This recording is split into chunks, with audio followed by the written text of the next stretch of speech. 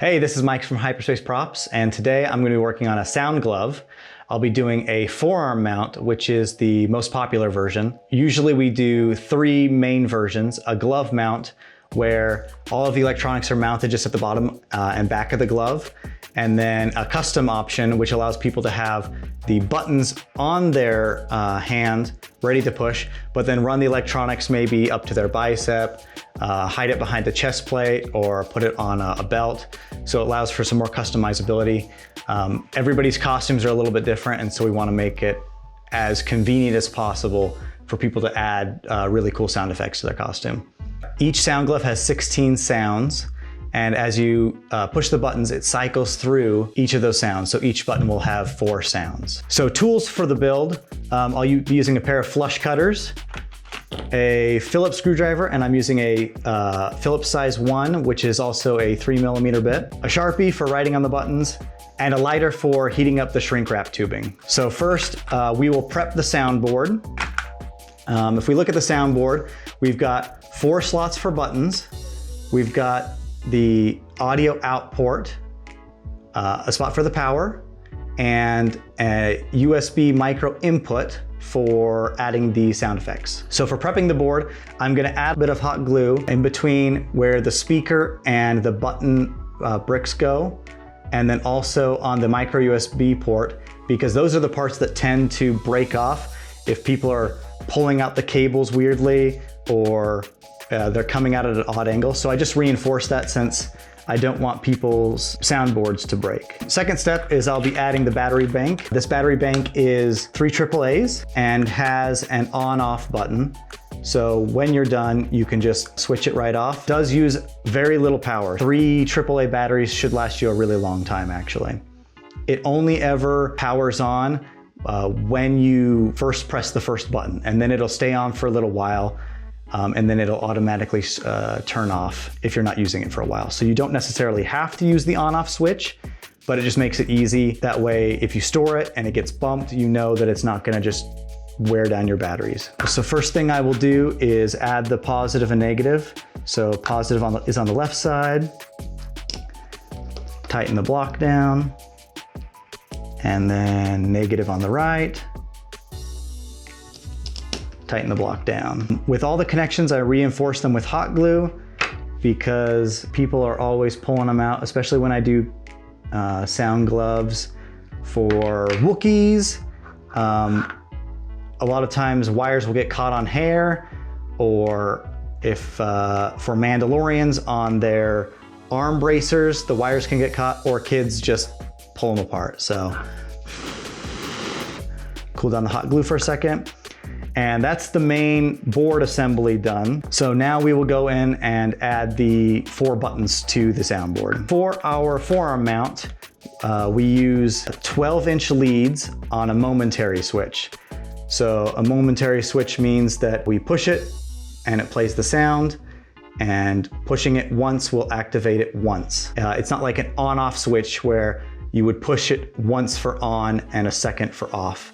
Every time activates it. The first part to prep the buttons is I will assign a number to them, 1 through 4. So 1, 2, 3, and 4. And what this allows me to do is to put the buttons in the right order on the board. And then when I'm attaching the buttons to the palm, I know which buttons go in which location so that I can accurately program the glove so the right sound effect goes on the right finger.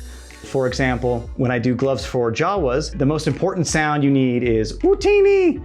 And so I know that that needs to be the first button, and usually people like it on the first push of the first button. Coordinating which buttons are where allows me to make sure that I get the most common sounds people are going to use in the easiest places for people to reach them. So because we've got 12-inch leads, all these wires can get really unruly, especially when we've got 4 buttons, each with 2 wires.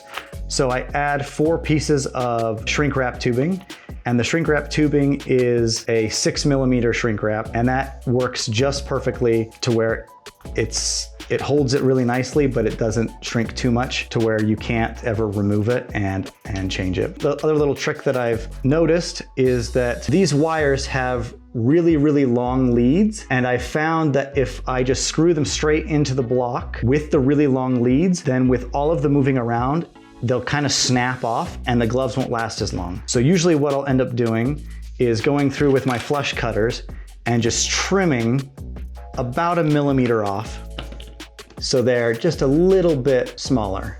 So I've got this one trimmed, and now I can add it to these first 2 blocks on the left-hand side, and the first 2 are for button 1. One of them is a ground and the other one is the power, and it doesn't matter which one goes to which. Button 1 is done, and then I do the same thing for the other 4 buttons.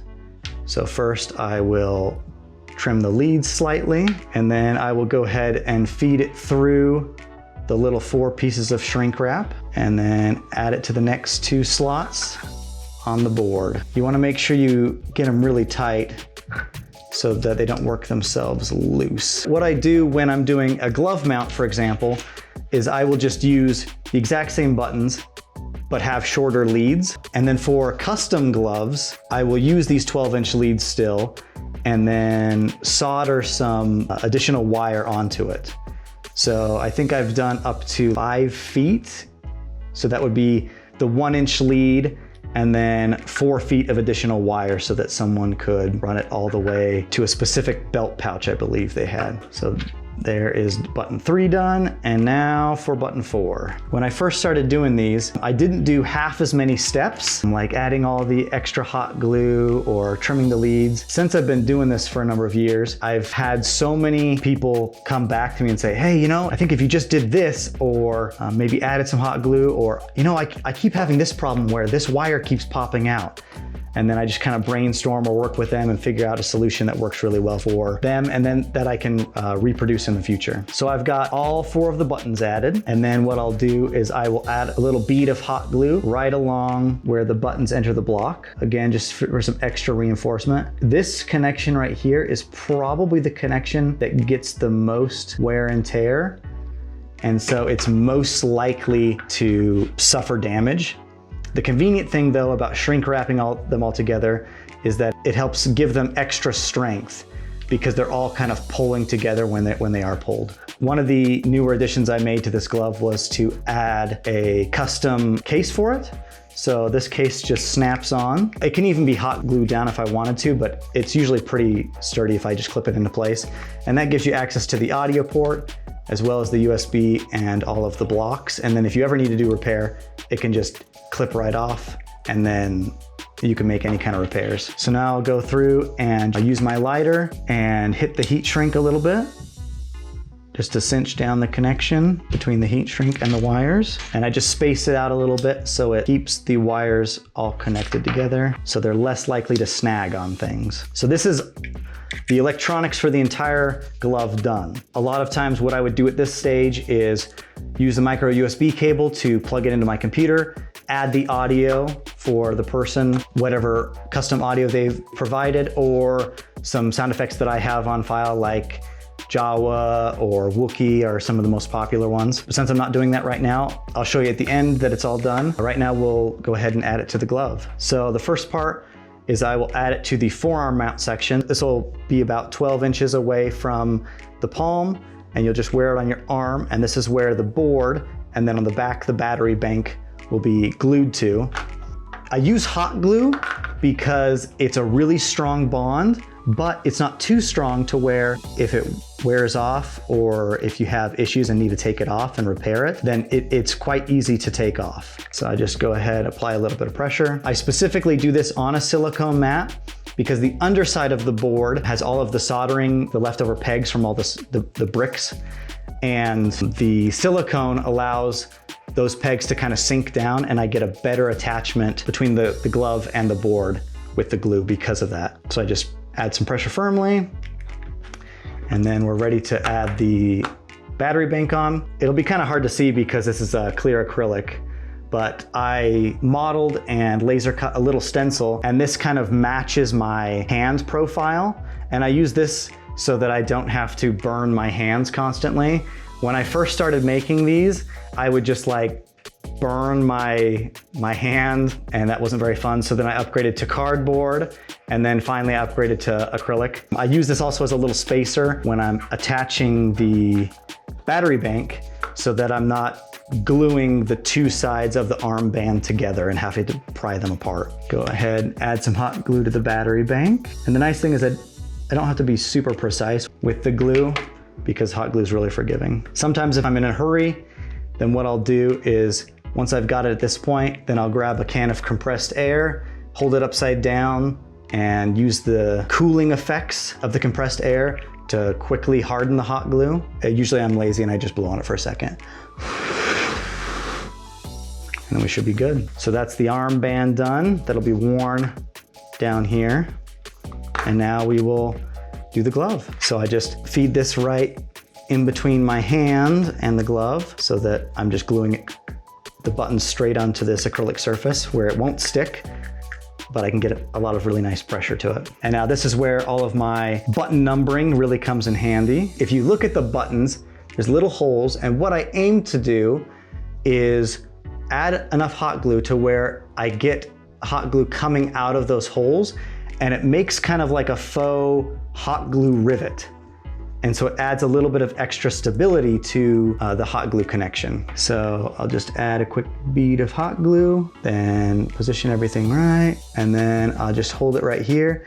And you can see there's a little bit of hot glue coming up. Sometimes if there's too much, I'll wait for it to harden and wipe it away, pull it off. Okay, now we can do the next button. So I'll find button number 2, add my bead, and then I just line them up right next to each other. Depending on people's preferences, some people like the buttons further apart, closer together, higher, lower. Some people like them on the fingertips. So for custom gloves, I offer finger-tipped gloves, but this configuration works for most people in most conditions. It allows them to have a really easy way to get the glove on and off and easily touch the buttons. Another thing that's nice about the momentary switches is that they don't just instantly fire with like a feather's touch, because most of the time when you're wearing this, you've got another costume glove over it, as well as different props maybe you're holding. And so it's convenient that you have to put a little bit more pressure. That way you don't accidentally say things when you're not meaning to. That can get pretty awkward, especially if you're like a character that has recognizable lines and you're just accidentally saying random things. Just got the last button on, cool it down for a second, and then now we're good to go. So that's the physical glove completely done, ready to go. Now let's do some testing and make sure it works just perfectly. Got my batteries, I'll put it in and then plug it into my amp and we'll be ready to test it. So I've gone ahead and added files to the glove via the micro USB port. It's important that if you are wanting to add custom sounds or change up sounds, most of the time micro USB cords you might have lying around the house are power only. They only provide power. So you want to make sure that you have one that actually is enabled with data transfer. And so you might have to get a specific one. And then I've also got an entire video of how to change the sounds with links to a cable that I know works and shows you everything that's in the file structure of the Sound Glove. I set it up all beforehand, so when you get it, it's ready to go. You'll just need an amp, a 3.5mm audio cable, which I also have links to, and then you're ready to go. Just add your batteries. For the batteries, it is important to not use rechargeable batteries because they usually don't provide enough voltage. Sometimes with some brands, they do provide enough voltage. But if you have issues with the glove, a lot of times it's because the batteries might be an off-brand or something and just not quite providing enough voltage because the board is sensitive when it comes to needing a specific amount. So got the batteries in here, make sure it's turned on, and then we'll plug in the audio cable into the board, and then we're ready to go. So most of the time, you'll have the speaker maybe hanging around your neck if you're a Jawa, or you might have it cinched on your belt if you're a Mandalorian. Depending on your costume, fit the speaker or the amp wherever you can, and then you can get an appropriate length of audio cable between 4 to 8 feet really easily on Amazon. And that will kind of give you the extra length you need to run it wherever you need it. So I've plugged everything in, ready to go. And then we can push through all the buttons and we can hear some of the sounds.